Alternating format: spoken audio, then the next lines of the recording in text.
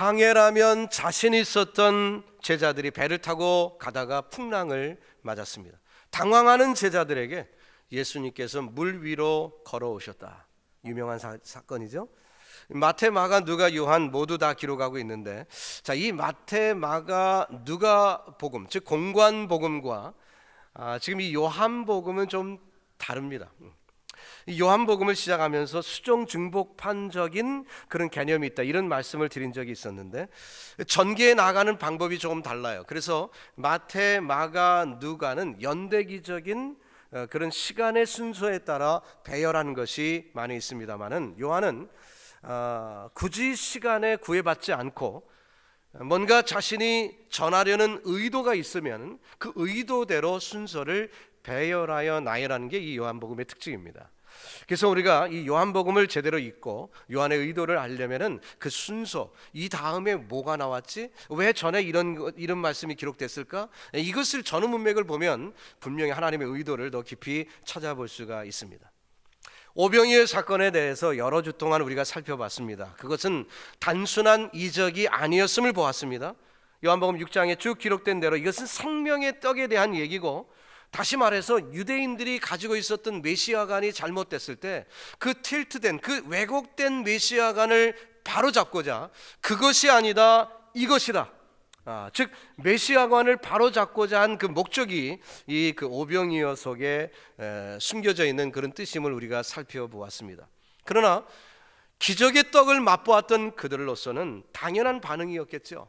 그 떡을 맛본 그들이 이분을 모시면 되겠다, 이분이면 충분하다, 우리가 더 이상 로마의 속국에 있지 아니하고 우리가 더 이상 이렇게 억눌리며 빵 때문에, 이 떡 때문에 고생하지 않고 이제는 넉넉하게 살 수 있는 비결은 이분을 임금 삼으면 되겠다. 그들은 이구동성으로 생각했기 때문에 예수님을 억지로 임금 삼으려고 했습니다.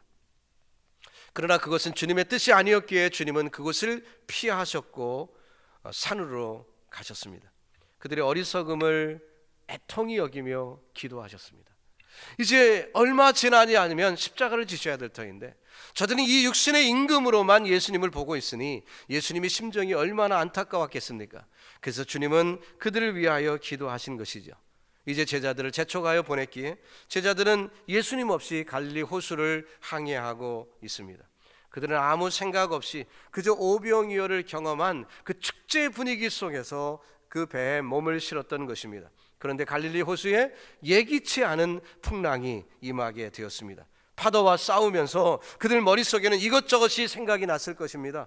지금 이 위기 속에 예수님이 계셨으면 얼마나 좋을까, 우리에게 큰 위로가 될 거야 라고 생각하기도 했겠죠. 또 위대한 기적을 행하신 그 주님이 산으로 가셔야만 했던 그 이유가 있을 텐데, 그들이, 그 수많은 무리들이 예수님을 산으로 몰아낸 그것에 대해서 굉장히 원망스러웠겠죠. 또 한편으로는 아무리 그렇다 손치더라도 우리들만 이렇게 배타게 놔두시고 산으로 홀로 가신 예수님이 야속하기도 했을 것입니다. 배를 띄울 때는 아무 생각 없었죠.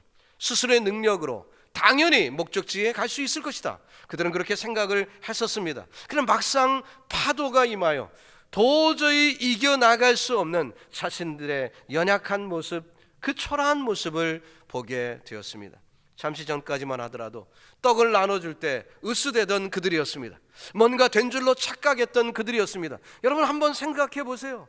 떡을 축 나눕니다. 쭉쭉 늘어납니다. 떡이 막 나눠집니다. 자, 수많은 사람들이 바라볼 때 이 제자들을 보는 눈초리가 어떻겠을까요? 만약 저와 여러분이었다면 부러워하겠죠. 야, 저 사람들은 얼마나 좋을까, 이렇게 능력 많은 주님 옆에서 이렇게 주님과 함께 동행하니 저 사람들은 얼마나 좋겠을까.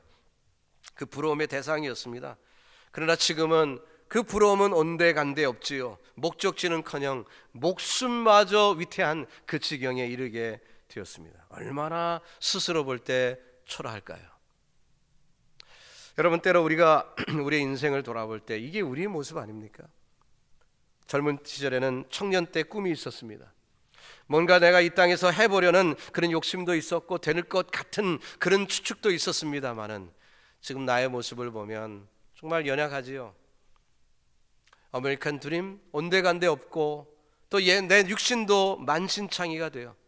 참으로 힘들고 어려운 우리의 모습. 추락한 자괴감 속에 고통하고 있는 그들, 주님은 외면하지 아니하시고 그들에게 찾아주셨습니다. 주님은 그들을 사랑하셨습니다. 그들만 괴로워하도록 놔두시지 않았습니다. 처음엔 유령인가 생각해서 놀랐다고 했습니다. 곧 주님인 것을 확인하게 됐죠. 내니 두려워 말라. 그들의 다급함을 아시기 때문에 배 오르기도 전에 주님은 자신이 누구인지를 그들에게 확인시켜 주셨습니다. 두려워 떠는 그들을 안돈시켜 주신 것입니다. 여러분, 주님께서는 저와 여러분의 아픔을 아십니다. 우리의 절망과 다급함을 아십니다. 우리의 두려움도 아십니다. 그러기에 오늘도 이 예배 가운데 저와 여러분에게 이렇게 말씀하기를 원하실 거예요. 두려워 말라. 나니까 두려워 말라. 내가 여기 있다. 이렇게 말씀해 주시겠죠. 오늘도 세상 파도에 시달리던 김집사야, 내가 여기 있잖아. 그 고난 가운데 있는 이권사야, 걱정하지 마. 내가 여기 있잖아. 주님이 오늘 이 예배를 통해서 저와 여러분에게 말씀하실 거예요. 여러분, 주님의 다정한 음성을 찬양을 통해, 말씀을 통해, 기도를 통해 듣는 이 복된 예배 현장이 되기를 주님의 이름으로 축원합니다. 주님은 스스로 연약을 깨닫는 고통하는 이들을 불쌍히 여기셨습니다. 누구는 자신의 능력을 믿고 항해하는 사람, 그 사람들에게는 주님이 함께할 능력, 함께할 그 어떤 필요성을 느끼지 않습니다. 그러나 파도 속에 지쳐있는 심령들, 주님은 그들을 아시고 그들의 연약함을 아시기에 찾아오신 것입니다. 신앙생활이 무엇입니까? 도대체 신앙이 뭐지요? 신앙생활은 주님과 함께 동행하는 것입니다. 그 능력의 주님과 함께 가는 것입니다. 나 혼자 살려고 할 때 이리저리 헤매이는 것이 아니라 세상 잘난 사람 많이 있기 때문에 나 같은 것 누가 알아주랴 그런 생각이 있을 건 아니에요. 게다가 눈앞에 성난 파도가 있습니다. 자기의 그 자괴감 속에 나는 이렇게 조그만 인물, 나는 아무것도 할 수 없어. 그런 순간에 주님이 아시고 찾아오시고 그 주님과 동행하는 것이 바로 신앙생활이죠. 여러분, 여기서 세상은 무엇입니까? 이래 편주를 타고 항해하는 우리의 모습, 인생 아닌가요? 세상이지요. 어느 정도 항해를 해봅니다. 그러다가 보면 자신감도 붙어요. 이제는 내가 항해를 제법 할 것 같아요. 그때 세상에서 가장 자신 있는 항해사는 누굽니까? 자기 자신이죠. 자기 자신입니다. 대통령도 학교 교수도 정치가도 아닙니다. 내가 제일 가는 항해사예요. 내가 제일 잘 아는 것 같아요. 내가 판단하는 것이 가장 옳은 것 같아요. 그런데 여러분, 신앙적으로 보면 그때가 가장 위험한 순간입니다. 왜냐하면 내가 다 할 수 있다라고 말하는 순간, 혼자서도 잘해요 라고 말하는 순간, 주님은 우리와 함께할 이유를 도무지 찾지 못하기 때문에 그런 것입니다. 제자들은 뱃사람이었어요. 어부 생활로 잔뼈 굵은 사람이에요. 갈릴리 호수는 그들의 텃밭입니다. 낯익은 곳이죠. 그런데 실패했습니다. 그들은 지금 폭풍을 만나 쩔쩔매고 있습니다. 근데 유유히 주님은 그 위를 걸어 오셨습니다. 파도나 바람이 전혀 그분께 영향을 주지 못했습니다. 여러분, 훌륭한 선장은 누굴까요? 파도가 아무리 세게 쳐도 그 파도를 뚫고 잘 항해하는 사람이 훌륭한 선장일까요? 그렇지 않습니다. 왜냐하면 지구상에는 그런 선장은 한 명도 존재하지 않습니다. 폭풍이 불 때 아예 배를 띄우지 않는 사람이 훌륭한 선장이죠. 그렇지 않습니까? 차라리 배를 띄우지 않는 사람이 훌륭한 선장이지 그 폭풍 가운데 헤어나려고 애를 써봤자 소용이 없습니다. 우리 인생을 보면은요, 우리 인생 스스로 내 삶인데도 내가 조작할 능력이 없습니다. 우리 인생에 어려움이 닥치면은 우리는 그 어려움을 고스란히 내 몸으로 받아내야 하는 것이 우리들입니다. 그런데 그 어려움의 상징인 풍랑 위로 주님은 유유히 걸어오고 계십니다. 자, 그 모습을 본 베드로가 자신도 그렇게 해달라고 주님께 맹랑한 부탁을 합니다. 마태복음 14장이죠. 오라 하시니 베드로가 배에서 내려 물 위로 걸어서 예수께로 가래. 바람을 보고 무서워 빠져가는지라 소리질러 가로되 주여 나를 구원하소서 하니 예수께서 즉시 손을 내밀어 저를 붙잡으시매 가라사대 믿음이 적은 자여 왜 의심하였느냐 하시고 배 함께 오름에 바람이 그치는지라. 주님을 향한 베드로가 잠시이지만 물 위를 걸을 수 있는 기간이 있었습니다. 그러나 잠시 후에 그만 바람을 보고 물에 빠져들어갑니다. 무엇을 보고 빠졌다고요? 바람을 보고. 좀 호기심이 많은 분들은 이 글을 읽을 때 바람? 바람이 보이나? 그런 생각 들지 않습니까? 저는 그랬는데. 아니, 바람은 볼 수 없는데 바람이 일으킨 현상은 봐도, 바람이 일으킨 파도는 보여도 바람은 볼 수가 없는 건데 왜 성경이 바람을 보고라고 썼을까? 성령이 감동하셨으면 오류가 없을 텐데 그러면 왜 바람을 보고라고 썼을까? 그런 생각을 하게 됐어요. 자, 그는 믿음이 부족했습니다. 어떤 믿음이 부족합니까? 풍랑이 그를 삼키지 못할 것이다. 그 믿음이 그에게는 없었어요. 그러니까 의심하고 염려하고 말았습니다. 그러니까 바람을 보고 두려워 떱니다. 실상도 없는 바람, 보이지도 않는 바람, 그런데 그것을 보는 것 같이 보는 거예요. 이것이 우리의 연약한 모습입니다. 여러분, 세상에 벌어지는 수많은 일들이 있어요. 여러분이 걱정하는 수많은 일들이 있는데, 내일에 대해서, 모레에 대해서, 1년에 대해서 걱정하는 수많은 일들이 있는데 그 대다수는 벌어지지 않는 일들이에요. 그렇지 않습니까? 우리가 염려하는 수많은 일들은 벌어지지 않는 일들입니다. 근데 우리는 걱정부터 하고 있습니다. 병원에 갔더니 속이 뜨끔뜨끔거려서 병원에 갔더니 좀 이상한데 조직검사 합시다. 그때부터 죽을까 봐 걱정합니다. 그때부터. 아직 조직검사도 안 했는데 뭐 더 나아가서 암이라고, 암이면 다 죽습니까? 그렇지 않습니다. 근데 죽을 것 걱정해서 죽은 다음에 어떻게 하지? 우리 아이들은 어떻게 하고 내 남편은 아마 한 달만 지나면 딴 여자 뭐 이러고 걱정하는 거예요. 안 일어날 것들을 걱정해요. 바람은 보이지도 않는 것입니다. 근데 걱정하고 있어요. 그걸 보고 있어요. 베드로가. 얼마나 답답합니까? 여러분, 세상은 커 보입니다. 실상보다 커 보입니다.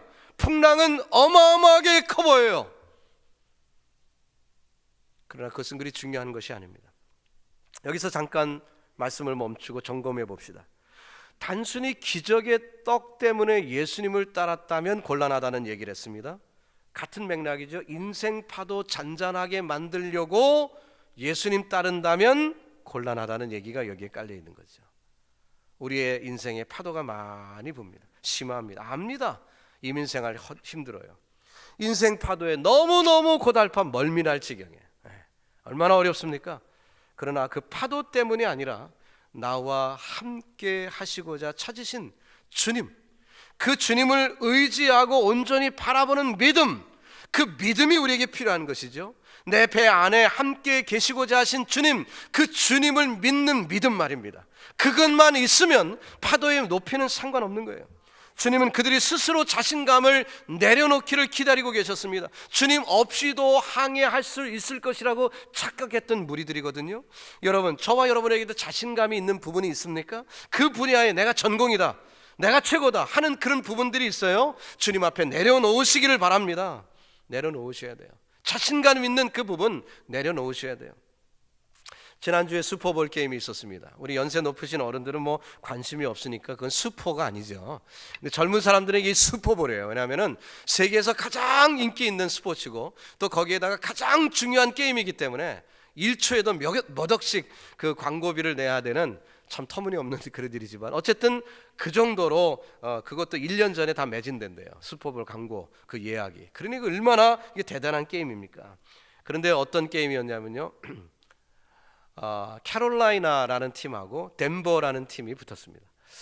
자, 그런데 이 캐롤라이나 팀은 27살에 아주 젊고 패기 있는 능력 있는 쿼터백 뉴턴이라는 그런 쿼터백이 있고요. 또 덴버라는 그 팀은 40살이나 먹은 스포츠맨으로서는 할아버지죠. 40살이나 된 그런 그 쿼터백이 있는 그런 팀이에요. 그러니까 사람들이 다 캐롤라이나가 이길 줄 알았어요. 그리고 전력을 보니까 그 팀이 1년 동안 제일 승률이 높은 팀이에요. 그러니 마땅히 결승에도 이길 줄 알았어요. 게다가 결승전까지 올라오는데 게임 스코어를 보니까 캐롤라이나 팀은 상대 팀을 막 20점, 심지어는 30점 막 이렇게 차이로 이기고 왔어요. 그런데 이 덴버 팀은 간신히 2점, 3점 이렇게 이기면서 왔어요. 그래 누가 보더라도 캐롤라이나가 이기겠구나 이렇게 생각을 했고 아마 그 쿼터백 뉴턴도 그렇게 생각을 했던 것 같습니다. 근데 웬걸요? 뚜껑을 열어보니까 결과는 반대가 되고 말았어요.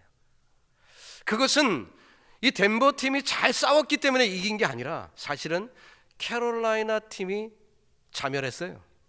스스로 자멸했어요.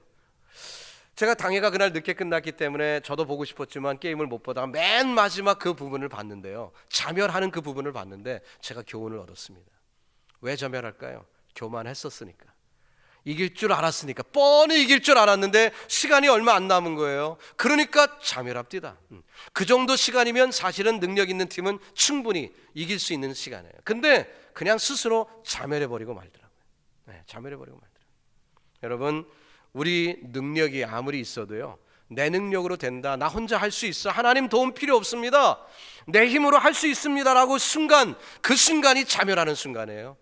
여러분, 지혜를 얻기를 주님의 이름으로 축원합니다. 주님께서 배에 오르시자 파도는 사라졌습니다. 목적지에 도착했습니다. 사실 파도가 치든 치지 않든 주님이 배에 오르신 것만 확인되면 상관이 없는 거죠. 여러분, 착각하지 마십시오. 파도를 멈추게 하는 것이 목적이 아니라고 했습니다. 주님이 함께 하는 것이 목적이에요. 여기서 분명히 우리의 목적을 제대로 봐야 하는 것입니다. 여러분의 인생의 파도가 치는 순간 우리는 파도에 집중하게 됩니다. 그러나 그 순간 파도 보지 마시고 주님이 내 배에 함께 하시느냐를 확인해 보세요. 파도의 높이가 1m냐 2m냐 그것은 그리 중요한 것이 아닙니다. 내 능력도 상관없습니다. 오직 주님이 내 배에 계시냐 계시지 않느냐를 확인해 보세요. 주님 모시면 바로 그 자리가 천국이 될 줄로 믿습니다. 바람이 불든 파도가 치든 상관이 없습니다. 광야이든 사막이든 상관이 없습니다. 그 어디나 하늘나라가 될 줄로 믿습니다. 높은 산이 거친 들이 초막이나 궁궐이나 같이 불러봅시다. 내 주 예수 모신 곳이 그 어디나 어디라고요? 하늘나라. 아멘. 예, 그 어디나 하늘나라예요. 그 어디나 하늘나라. 걱정할 필요 없어요. 빚쟁이가 몰려와도 내 사업장에 예수님 계시면 천국입니다. 병실에서 혈압도 다 떨어지고 이제 의사 선생님이 몇 시간 안 남았습니다. 임종을 기다리는 그 병실에도 예수님이 함께 계시면 그곳은 천국입니다. 아들의 학비 걱정하며 이번 학기는 등록을 할 수 있을까 염려하는 가정이라 할지라도 그 가정이 예수 모시고 있으면 그곳은 천국인 줄 믿습니다. 여러분, 세상의 파도 높아봐야 그것이 우리를 삼키는 것은 아닙니다. 중요한 것은 우리 배에 예수님이 계시면 되는 거예요. 예수님이 계시면 되는 거예요. 여러분, 주님 앞에 왜 오셨습니까? 왜 우리가 예배드리고 왜 교회 출석하고 있습니까? 먹고 배부른 까닭인가요? 아니죠. 아니죠. 요한복음 6장 26절에 주님 말씀합니다. 너희가 나를 찾는 것은 표적을 본 까닭이 아니요 떡을 먹고 배부른 까닭이로다. 주님의 안타까운 음성. 썩는 양식을 위하여 일하지 말고 영생하도록 있는 양식을 위하여 하라. 오늘날도 목적과 방법이 혼돈되는 경우가 얼마나 많은지 모릅니다.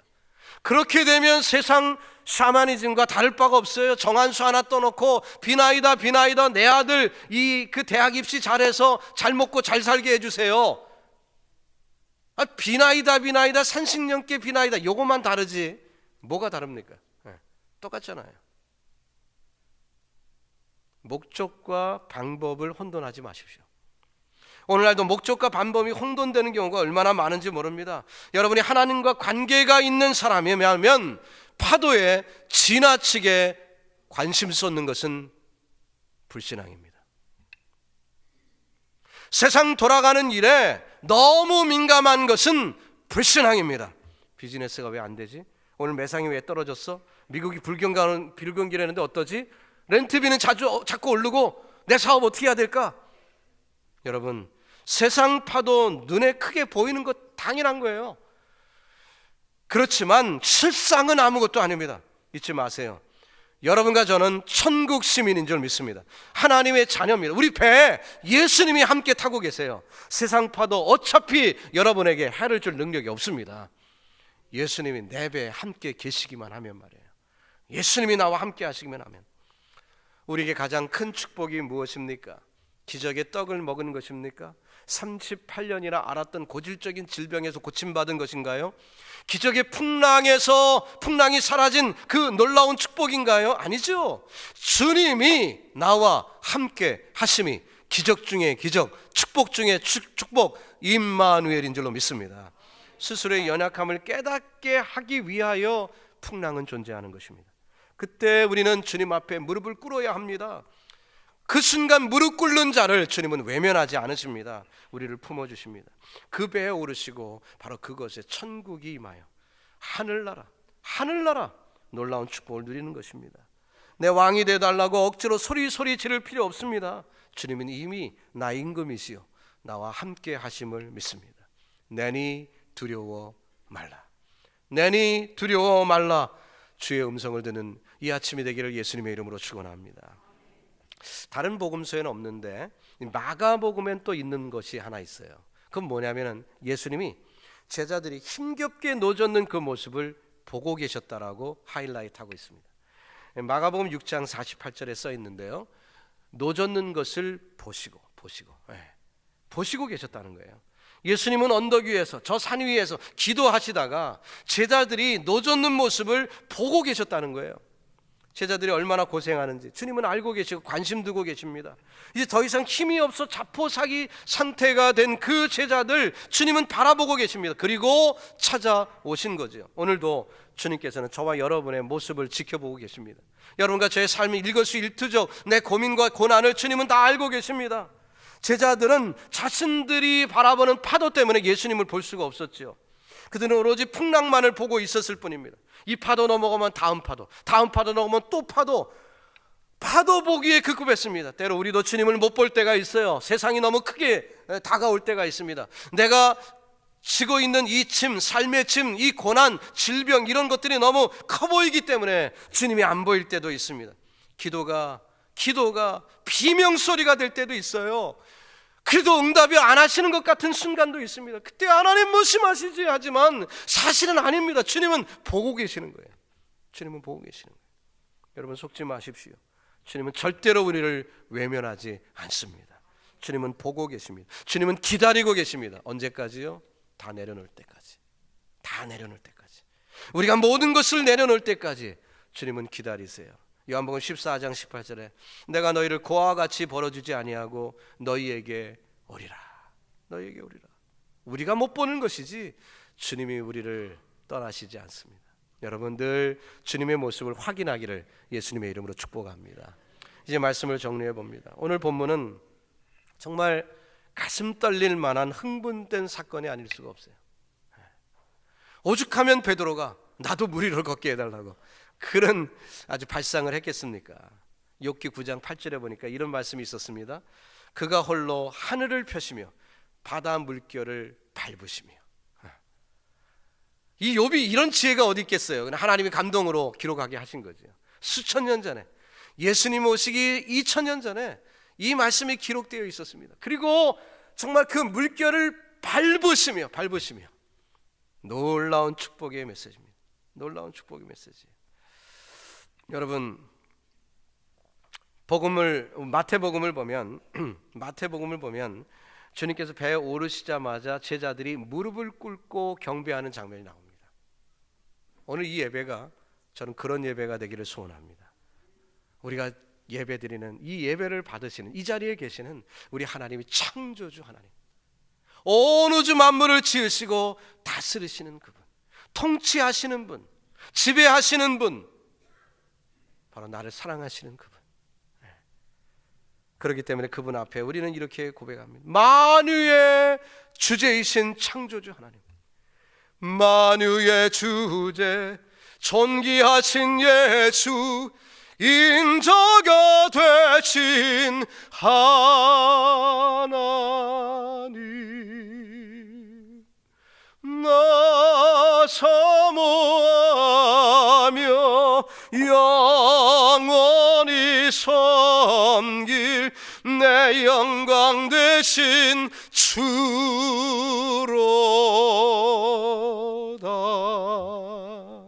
아멘. 여러분, 주일마다 이 예배를 드리시기를 주 예수님의 이름으로 축원합니다.